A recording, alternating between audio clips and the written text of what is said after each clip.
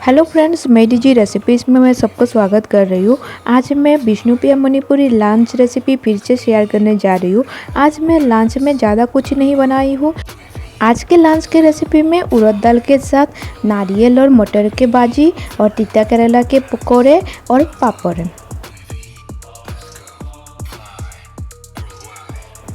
Video को बिल्कुल भी स्किप मत कीजिए, कंटिन्यू देखते रहिए।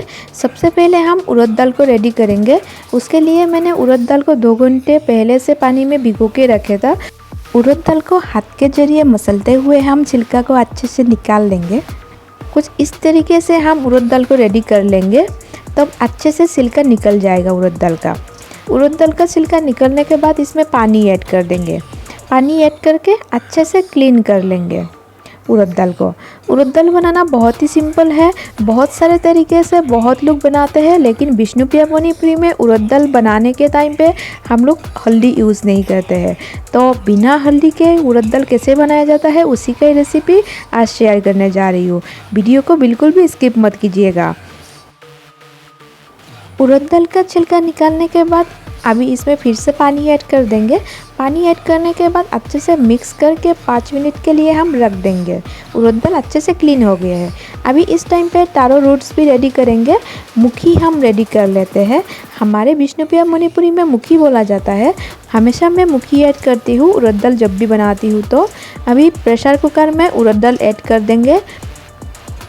उड़द दाल ऐड करने के बाद इसमें मुखी भी ऐड कर देंगे। आज का ये रेसिपी बहुत सिंपल तरीके से मैं दिखाने की कोशिश कर रही हूँ। बहुत ही अच्छा लगता है उड़द दाल का मुखी के साथ रेसिपी। तो आज का ये लंच रेसिपी कैसे लगा कमेंट बॉक्स में कमेंट करके ज़रूर बताइएगा। उड़द दाल और मुखी ऐड करने के बाद प्रेशर कुकर में अभी मिर्चा काट के ऐड कर देंगे। मिर्चा बीच में ऐसे काट के हम ऐड कर देते हैं। मिर्चा सारे ऐड करने के बाद इसमें अभी पानी ऐड करेंगे 4 कप। 3 कप उड़द दाल के लिए 4 कप पानी सफिशिएंट है। पानी ऐड करने के बाद प्रेशर कुकर का ढक्कन लगा देंगे। उसके बाद चूल्हा में बिठा देंगे। 2 सीटी लगाएंगे। उड़द दाल के लिए ज़्यादा नहीं चाहिए होगा। विष्णुप्रिया मणिपुरी का मैं जितना भी रेसिपी डालती हूँ मेरे चैनल पे आप लोग बहुत पसंद करते हैं। उम्मीद करती हूँ आज का ये सिंपल सा उड़द दाल की रेसिपी आप लोग बहुत पसंद करेंगे। दाल में 2 सीटी लग गया है। उड़द दाल बन के रेडी हो गया शायद। अभी ढक्कन खुल के हम लोग चेक कर लेंगे। दाल बॉईल हो गया है अच्छे से। अभी दाल को मैश कर लेते हैं। मैं जब भी दाल बनाती हूँ दाल को कुछ इस तरीके से मैं मैश कर लेती हूँ।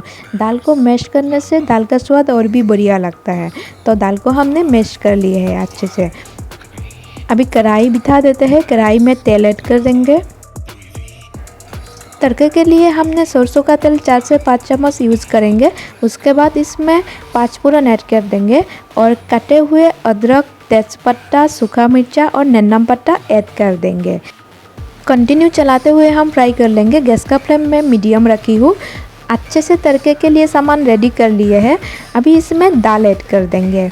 उड़द दाल ऐड कर देंगे। अभी आज का ये रेसिपी पसंद आए तो वीडियो को लाइक शेयर ज़रूर कीजिएगा और मेरे चैनल पे नया है तो सब्सक्राइब भी कर दीजिएगा। उड़द दाल का तड़का लगाने के बाद इसमें जीरा पाउडर ऐड कर देंगे। हाफ टी स्पून जीरा पाउडर ऐड करेंगे। उसके बाद स्वाद अनुसार इसमें नमक ऐड कर देंगे। नमक ऐड करने के बाद एक उबाल आने तक हम लोग वेट करेंगे। आज का ये रेसिपी कितना सिंपल तरीके से मैं बना के दिखाई हूँ ये आप लोग देख ही सकते हैं। विष्णुप्रिया मणिपुरी का और भी रेसिपी देखने के लिए मेरे चैनल को प्लीज़ सब्सक्राइब कर दीजिए। मेरे चैनल पे आप लोग कौन सा रेसिपी देखना पसंद करते हैं वो भी कमेंट बॉक्स में कमेंट करके ज़रूर बताइएगा। तो उसी का अकॉर्डिंग मैं बनाने का कोशिश करूँगी। सागोल को यानी कि उड़द दाल तो बना के हमने रेडी कर लिए है। अभी तीता करेला का जो पकौड़ी बनाना है वो भी रेडी कर लेंगे। करेले के पकौड़े के लिए सबसे पहले करेले के छिलके निकाल लेंगे। उसके बाद लंबे लंबे साइज़ में हम करेले को काट लेंगे। उसके बाद पकौड़े बनाएंगे। बहुत ही सिंपल तरीके से ये रेसिपी दिखा रही हूँ और खाने में और भी बहुत टेस्टी लगता है। एक बार बना के ज़रूर देखिएगा। सबसे पहले करेले काट के हम रेडी करेंगे और उसके बाद एक बाउल में ऐड कर देंगे करेले को। अब इसमें जीरा powder half tea spoon add करेंगे। और हल्दी powder half tea spoon add कर देंगे और स्वाद अनुसार इसमें नमक ऐड करेंगे।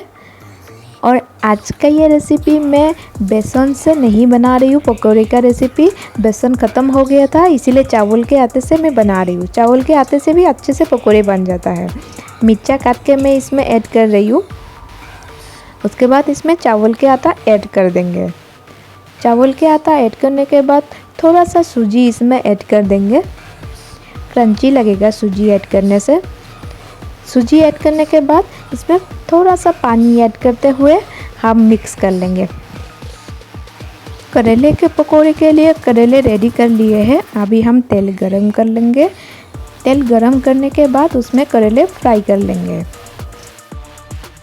उम्मीद करती हूँ आज का ये सिंपल सा लंच रेसिपी सबको पसंद आया और घर में आप लोग एक बार ज़रूर बना के ट्राई कीजिएगा। बहुत जल्द मिलेंगे और एक नया रेसिपी के साथ। तब तक के लिए bye and thank you for watching my DG recipe channel. आप लोग वीडियो को एंड तक देखते रहिए, बिल्कुल भी स्किप मत कीजिएगा।